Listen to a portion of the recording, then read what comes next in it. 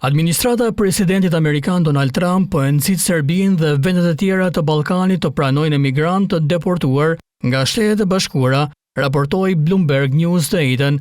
Kërkesat drejtuar vendeve në rajon janë pjesë e një strategjie më të gjerë të SBA-s për të gjetur qeveri të huaja të gatshme të pranojnë emigrantë të deportuar, raporton Bloomberg, duke u referuar personave që kanë njohuri mbi çështjen. Shtëpia e Bardhë, Departamenti Amerikan i Shtetit dhe Ministria e Jashtme e Serbisë nuk ju përgjigjen menjëherë kërkesave të Reuters për koment. Muajin e kaluar, Gjykata Supreme e SBA-s lejoi administratën Trump të revokojë statusin e përkohshëm ligjor të qindra mijëra emigrantëve nga Venezuela, Kuba, Haiti dhe Nicaragua që jetojnë në Shtetet e Bashkuara, duke forcuar përpjekjen e presidentit Trump për të rritur deportimet. Administrata Trump ka kërkuar destinacione të mundshme për emigrantët që mund të deportohen, si rezultat i vendimit theksohet në lajmin e publikuar nga Bloomberg.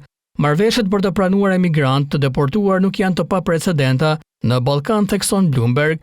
Një marrëveshje e ngjashme u arrit mes Italisë dhe Shqipërisë, pasi kryeministria Giorgia Meloni e bindi vendin ballkanik të hapte qendra për emigrantët e ndaluar, teksa përpiqeshin të kalonin nga Afrika në Europë përmes detit.